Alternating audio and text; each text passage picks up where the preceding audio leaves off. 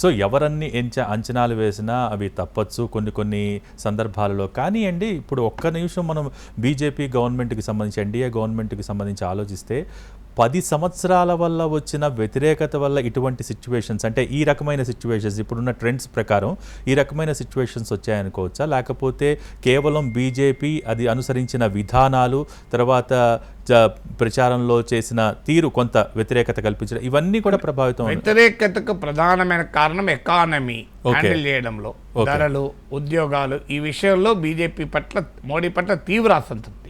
మీకు సిఎస్డిఎస్ లోక్నీతి వాళ్ళ pre poll study కూడా ఇది తెలియజేసింది. మీకు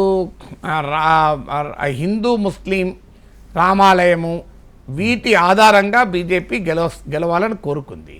కానీ వాటి ప్రభావం గతంలో ఉన్నంత లేదు అనేది కూడా గ్రౌండ్ లెవెల్ నుంచి రిపోర్ట్ వచ్చింది.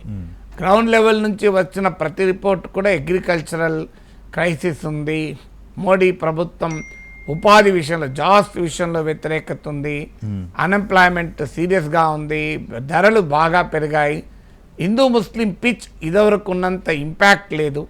మీకు 2019లో ఉన్న నేషనలిస్ట్ ఫెర్వర్, పుల్వామా, బాలాకోట్ ఇప్పుడు లేదు. ఒక రకంగా మోడీ వేవ్ లేదు, మోడీ వ్యతిరేక వేవ్ లేదు అనేది మొదటి నుంచే అనుకుంటున్నాం. అది దాదాపు బహుశా ఈ రిజల్ట్స్లో రిఫ్లెక్ట్ అవుతుందని నా అంచనా. ఈవెన్ నౌ కూడా మోడీ వేవ్ ఉండదు, మోడీ వ్యతిరేక వేవ్ కూడా ఉండదు. కొన్ని ముఖ్యమైన అంశాలు మాజీ సీఎం కిరణ్ కుమార్ రెడ్డి ఆధిక్యత కనపరుస్తూ ఉన్నారు. అలాగే ప్రస్తుతానికి వైసీపీకి సంబంధించిన మంత్రులు ఒక బొత్స తప్ప మిగతా వాళ్ళందరూ కూడా వెనకంజలో ఉన్న పరిస్థితి. ముఖ్యమైన అంశాలు మొత్తం 175 నియోజకవర్గాలకు సంబంధించి రిజల్ట్స్ చూసుకున్నట్టయితే ప్రస్తుతం 98 స్థానాల్లో ట్రెండ్స్ రిలీజ్ అయితే దాంట్లో 69 స్థానాల్లో టీడీపీ ఆధిక్యంలో కొనసాగుతోంది, జనసేన 13 స్థానాల్లో ఆధిక్యంలో కొనసాగుతోంది, బీజేపీ అభ్యర్థులు 4 స్థానాల్లో ఆధిక్యంలో కొనసాగుతున్నారు. ఇక్కడ వైసీపీ ప్రస్తుతం ఒకటి పెరిగింది, 13 స్థానాల్లో ఆధిక్యంలో కొనసాగుతున్నారు. గమనించాల్సిన ఆసక్తికర అంశం, జనసేనతో ఈక్వల్గా ఇప్పుడు ప్రస్తుతానికి వైసీపీ టాలీ అయితే మనకు కనిపిస్తోంది. నాగేశ్వర్ గారు, జనసేన ఆశించింది అదే, వైసీపీ కన్నా మాకు ఎక్కువ ఉండాలి, మేమే ప్రధాన, కూటమిలో ఉన్న ప్రధాన ప్రతిపక్షం మాదే అని కూడా మాట్లాడారు. ప్రశ్నిస్తారు కదా, మేము ప్రశ్నిస్తాం.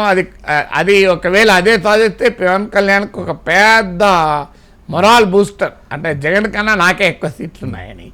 అఫ్కోర్స్ ప్రధాన ప్రతిపక్షంగా ఉంటాడు, ఎందుకుంటాడు, కానీ Pawan Kalyan will be part of the government. కానీ అంటే టీడీపీకే సొంతగా మెజారిటీ వస్తే జనసేన బీజేపీ మరి గవర్నమెంట్లో చేరతారా, బయట నుంచి మేము మద్దతు ఇస్తామంటూ అపోజిషన్స్, ఇదొక ఇంట్రెస్టింగ్ డెవలప్మెంట్. నిజంగానే ఈ రిజల్ట్ ఇలా ఉంటే వైసీపీకి అపోజిషన్ స్పేస్ ఇవ్వకుండా బీజేపీ జనసేన మిత్రులుగా ఉంటూ అపోజిషన్ స్పేస్ ఏమైనా ఆక్రమిస్తారా?